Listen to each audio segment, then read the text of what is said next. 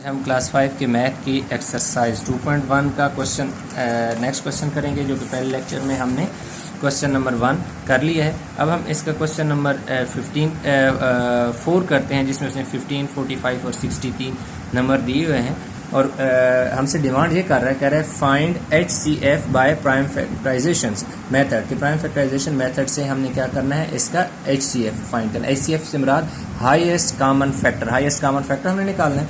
तो अभी हम क्वेश्चन के सोल्यूशन की तरफ चलते हैं। अब यहाँ पे हमारे पास जो क्वेश्चन है हमने यहाँ लिख लिया है। क्वेश्चन नंबर 4 है, जिसमें उसने हमें 3 नंबर दे दिए हैं, एक 15 दिया है, एक 45 और एक 60 और फाइंड HCF। तो अब हमने इसको लिख लिया कि prime factorisation of 15, prime factorisation of 45 and then prime factorisation of 60।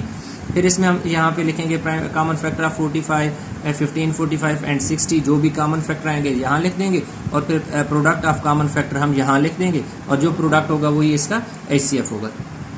तो सबसे पहले हम देखो 15 को चेक करते हैं। 15 पे जो है ना हमारे पास 2 का तो टेबल जाता नहीं है, 3 का टेबल जाएगा। 3, 5 सर 15। तो हमारे पास जो स्मॉलेस्ट जो प्राइम नंबर है वो 3 है और इसका हाईएस्ट प्राइम नंबर क्या है, 5 है। क्योंकि स्मॉलेस्ट प्राइम नंबर जो है, जब आप किसी नंबर पे आप डिवाइड करते हो तो वो अपना हाईएस्ट कॉमन फैक्टर देता है, हाईएस्ट फैक्टर देता है, अपना हाईएस्ट प्राइम फैक्टर देता है। इनफैक्ट देखो 3 आ गया और 5 आ गया, इसके बीच में क्या आता है, 4 आता है। 4 का टेबल 15 पे जाता नहीं है, तो इसके तो हमारे पास 3 और 5 ही 2 फैक्टर आ गए। अब अगला हमारे पास आ जाता है 45। 45 पे सबसे पहले हम 3 का टेबल लेके जाएंगे। 3 1 ज़र 3, 4 में से 3 हमने निकाल देने, माइनस कर देने, 1 ऊपर से क्या उतार लो 5, 3 5 ज़र 15। तो अब स्मॉलेस्ट फैक्टर 3 है, जिसने हाईएस्ट फैक्टर क्या दे दिया है, 15 दे दिया। अब 3 के बाद 4 का टेबल इस पर नहीं जाता,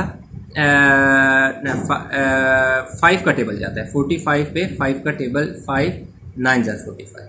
तो देखो 5 जो है सेकंड हाईएस्ट फैक्टर ने, सेकंड लास्ट हाईएस्ट फैक्टर हमें 9 दे दिया। अब इसके बीच में ना 5 के बाद 6 7 8, 6 7 8 में से ना तो 6 का टेबल 45 पे जाता है, ना तो 7 का टेबल 45 पे जाता है, ना 8 का टेबल 45 पे जाता है। लिहाजा हमारे पास जो नंबर है 3 5 9 और 15 ही इसमें कॉमन फैक्टर है।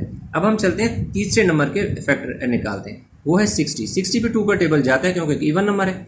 देखो 2 का टेबल 2 3 ज़र 6, 0 बचा, यहाँ पे भी लगा दो यहाँ पे। तो स्मॉलेस्ट फैक्टर क्या है, 2 है। हाईएस्ट फैक्टर इसने हमें क्या दे दिया, 30। अब हम 3 का टेबल इस पे लेके जाते हैं। 3 2 ज़र 6 0 0। देखो 3 का टेबल इस पे कितनी दफ़ा जा रहा है, हमारे पास 20 टाइम जा रहा है। अब हमारे पास 4 का टेबल हम इस पे लेके जाते हैं 60 पे।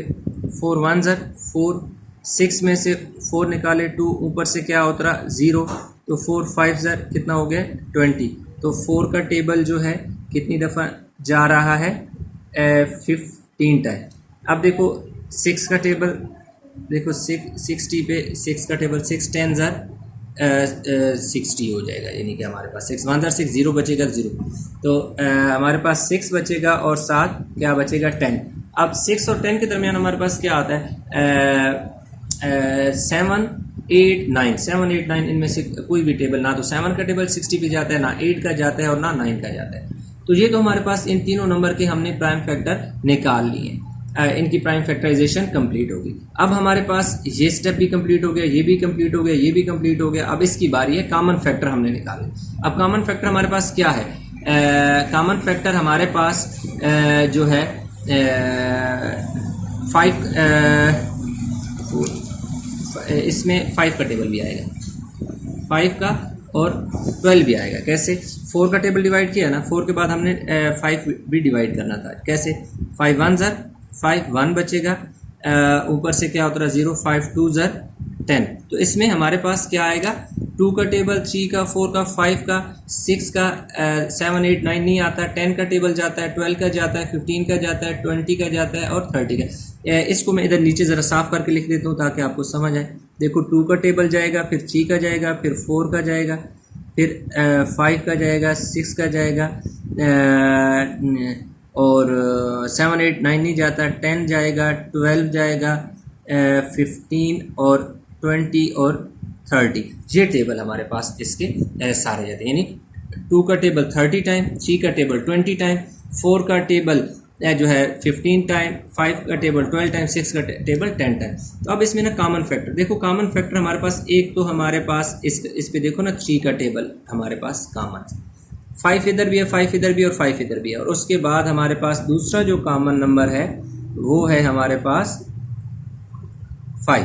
बस ये दो, इसमें नंबर ही दो हैं, लिहाजा कॉमन फैक्टर आ ही ये दो सकते हैं, और इसके दोनों नंबर हमने कॉमन फैक्टर में यूज़ कर लिए।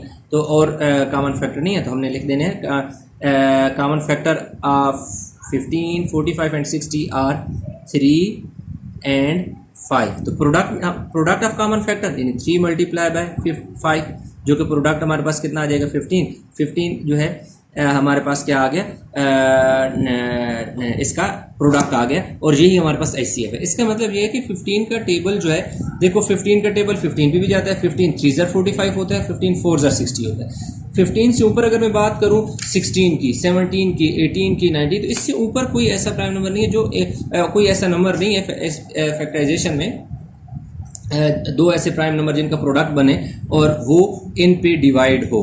तो हमारे पास 15 जो है, दो प्राइम नंबर का प्रोडक्ट हमारे पास जो आया है 15 से ऊपर का कोई नंबर इन पे डिवाइड नहीं होता, यानी ऐसे कोई दो प्राइम नंबर हमारे पास या 3 या जो भी कोई प्राइम नंबर नहीं है जिनका टेबल इन पर डिवाइड हो। तो यही हाईएस्ट नंबर है, सबसे बड़ा नंबर 15 है जो इन तीनों पे डिवाइड हो सकता है। तो ये हमारे पास क्या है, HCF है, हाईएस्ट कॉमन फैक्टराइजेशन है। बिल्कुल सेम मेथड से आपने ये करना है कि ये जो बाकी के क्वेश्चन है, आपको ये क्वेश्चन नंबर ये भी करा दिया गया है और क्वेश्चन नंबर 4 भी करा दिया गया। बाकी भी बिल्कुल सेम इसी मेथड से 3-3 नंबर दिए हुए हैं, बिल्कुल इसी तरह 1, 2, 3, 4, 5 और छठे स्टेप में आपका आंसर आ जाता होता है। पहले आप क्या करते हो, पहले नंबर के प्राइम फैक्टर, दूसरे के प्राइम फैक्टर, तीसरे के प्राइम फैक्टर, और फोर्थ जो स्टेप है इसमें आप कॉमन फैक्टर देखते हो कौन कौन से, वो लिख देते होते हो।